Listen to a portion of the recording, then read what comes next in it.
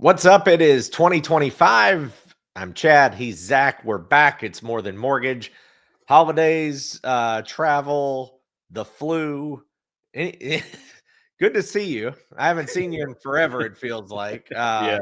I thought I was dead at the end of 2024 with getting my butt kicked by the flu. But good to see you. Happy New Year. Thank you very much, Chad. Happy New Year to you too. I'm optimistic about 2025 and Yeah. kind of be glad to be back in the saddle again, doing some live stuff.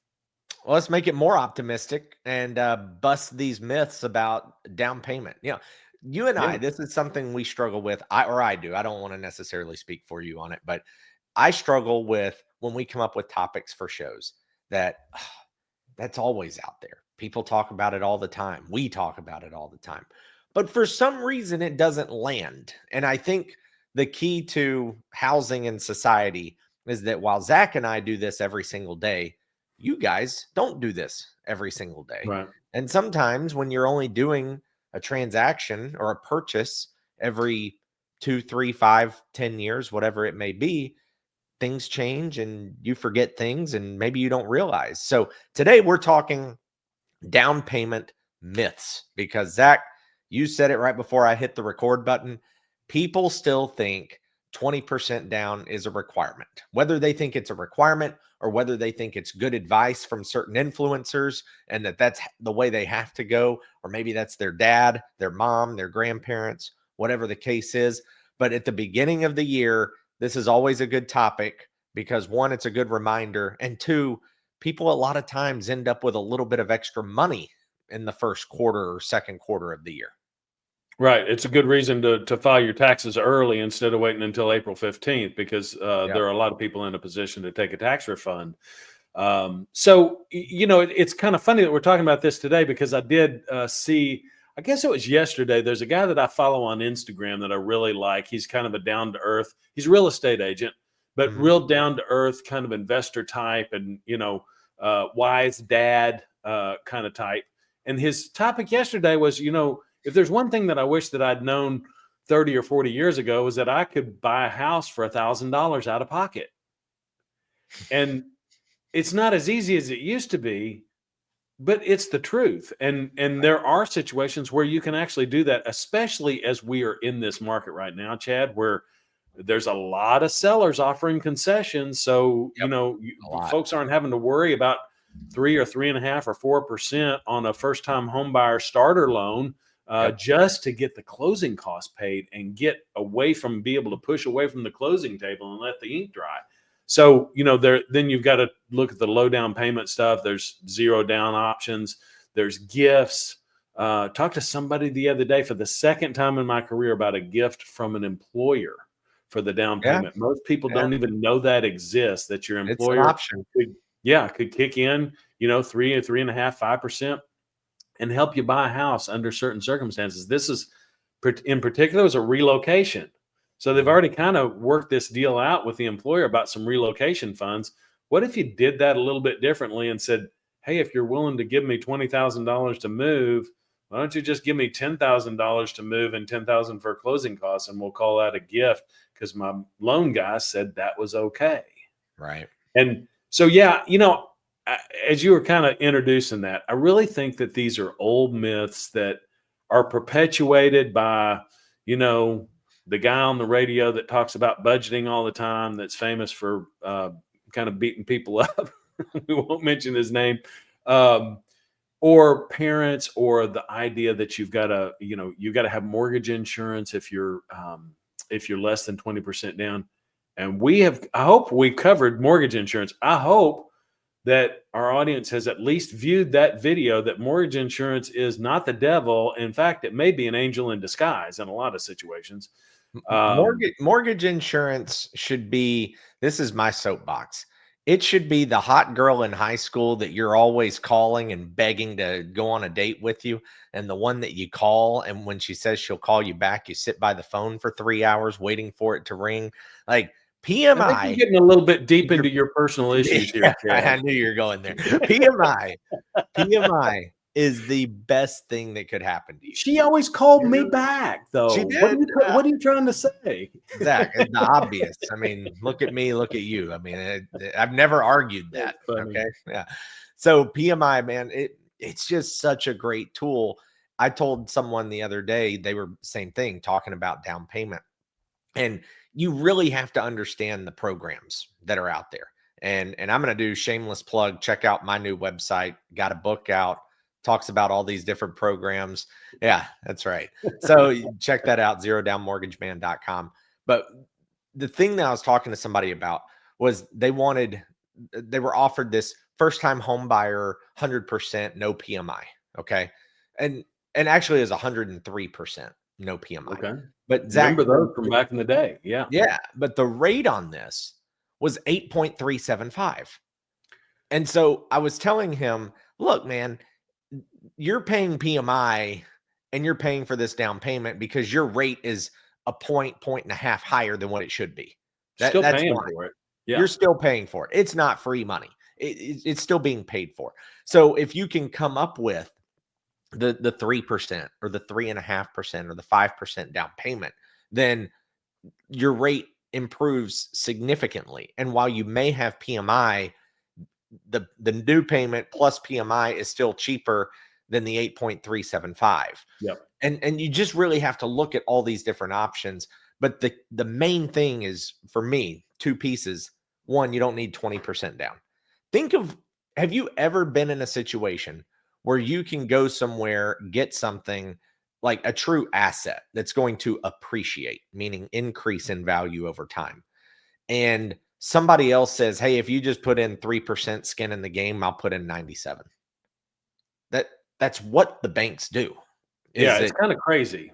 Yeah, you get an asset, you get all the appreciation, and all you have to do up front is pay 3%. And again, you may be able to do 0%. Those are options too. You just have to see if you qualify and if it makes sense and whether or not you have the money. The second piece is the PMI.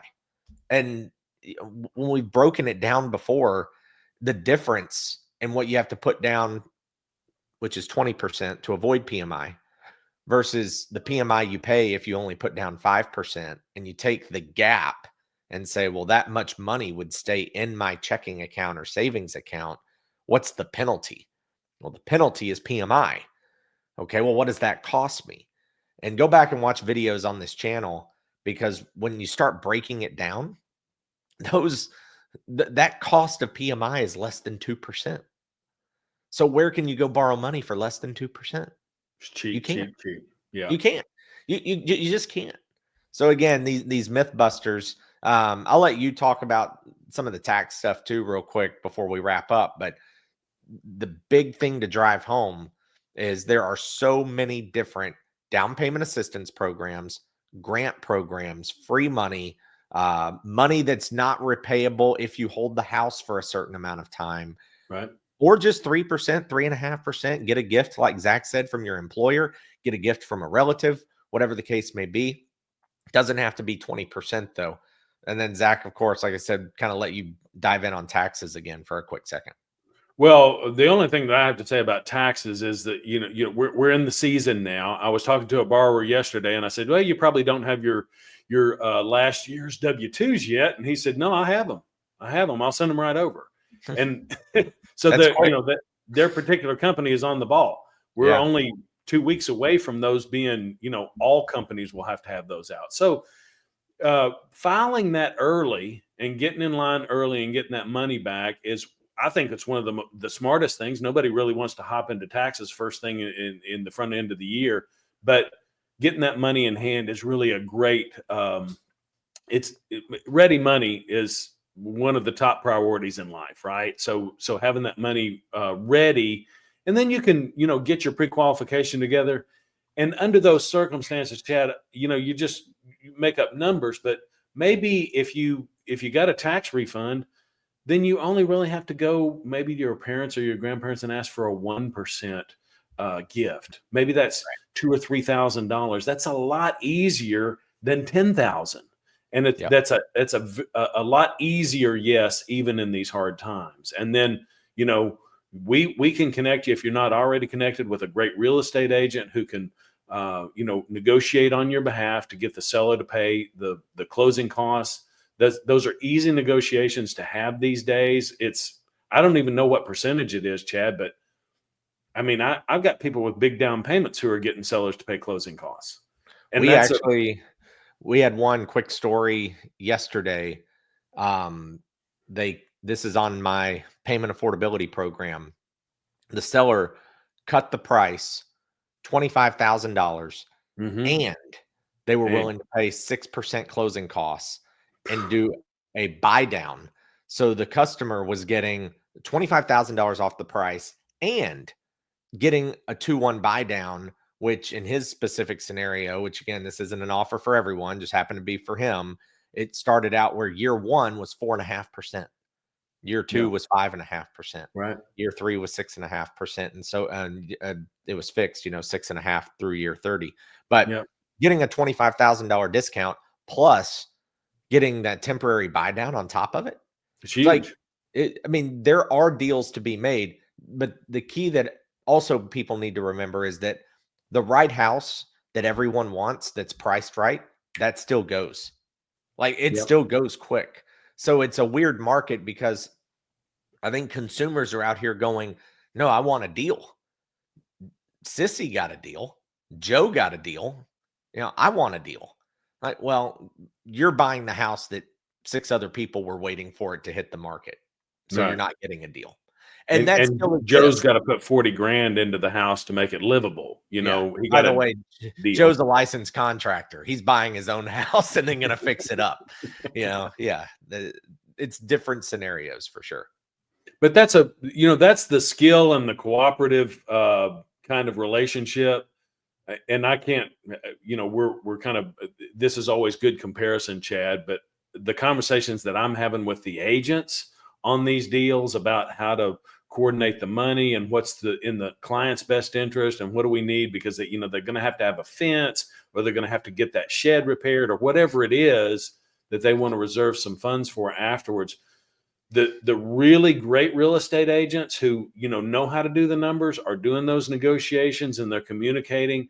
And it's especially important for the newer, maybe less experienced agents that don't have as many of these kind of buyer negotiations under their belt, to be in communication with the loan folks, just to make sure that we're putting the client in the very best scenario. And a lot of times it's just kind of shuffling the money around a little bit and moving it from one bucket to the next. But it can make a huge difference if I've got all the things that I need to make the house the way I want it within 30 days of moving into it, versus, putting a bigger down payment down, or trying to get the best price and then struggling around for 2 years to, get the roof put on and get the air conditioning fixed. There are better ways to do it that puts you in a much better position for a little bit of a shift in the money. So it's just good communication between all parties. It's a team. You got a buyer and you got a buyer's agent, you got a mortgage person. We're all working together as a team. 100%. Oh, all right. That'll do it. Down payment myths. Don't believe everything you hear. I know it's easy. It's just, don't do it, because there are so many programs. There's so many benefits, and then sometimes actually some of these things are bad. Like I said, to me, the 103% financing, but at 8.375% isn't necessarily the best deal that's out there on the market. So this is why, understand, do some research, talk with us, reach out, comment, like, subscribe, DM, hit the bell, and follow us on the socials up here. Zach Jones Loans, Mortgage Dad Chad. Appreciate you hanging out. Episode 1 of 2025. It's episode 3 of season 2, number 55 overall. Appreciate you hanging out, and we'll be back next week and talk some more. I think, Zach, next topic, we have some interesting news as far as your credit reports go from a medical collection standpoint. So it's a big deal from the CFPB. So we'll talk about that next week. Have a great one. See ya.